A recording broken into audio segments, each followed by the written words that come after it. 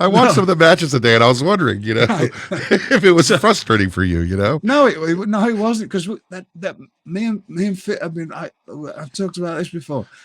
I had my first match with Fit when I was 18, so we've been wrestling each other for years, right? At this point, this Right. is. I had my first match with him in 9 years. I've been wrestling, except for the last couple. So yeah, maybe 7 years I'd been wrestling, or 6 years I'd been wrestling Fit Finlay a lot. Right? There's a lot of times me and Fit Finlay wrestled, right?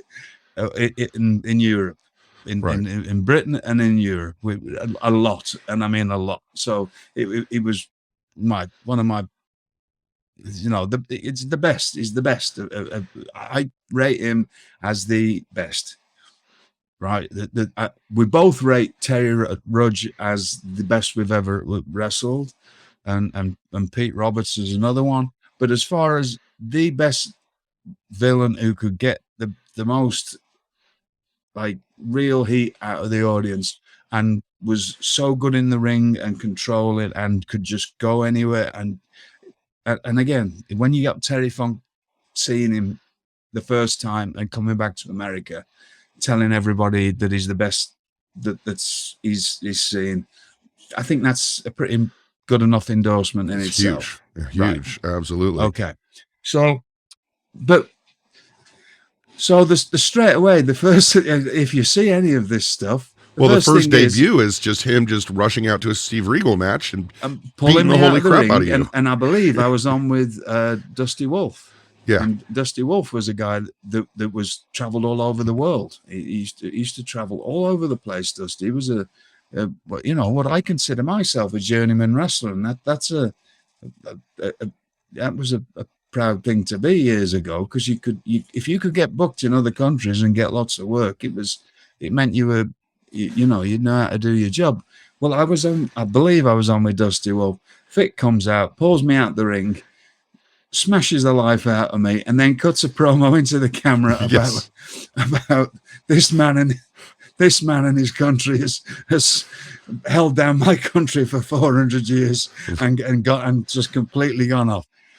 I can't even, people go back and watch that now and watch what we did. Can you imagine somebody sat in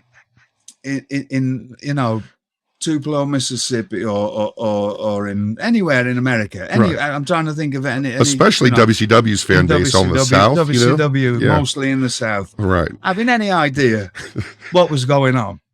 They just seen one fella that they definitely ate, which is me, and then another fella smashing the granny out of him. Right.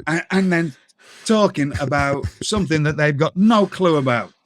Right. Right. So it is really a bit of a preposterous notion, but I think that's why I say I think it was Kevin, and I'm sure Kevin, if he heard this, would probably might have his different story, but that's probably what was going on in his mind. He's going to put his bit. He's going to do his bit for the cause, right? So me and Fit now.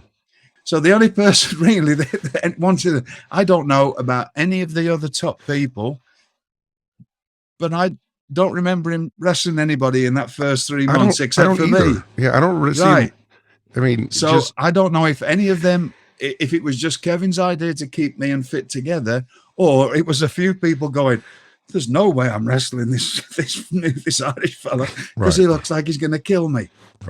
Right, because that's Fit's style.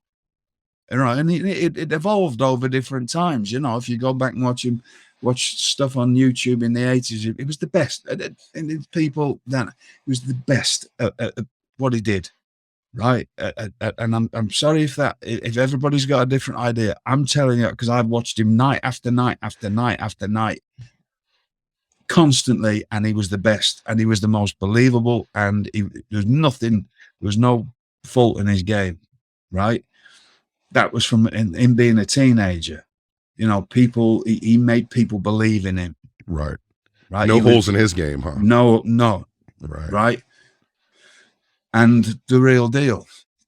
So for the first, this is the 96, me and Fit are on, we do whatever we're doing,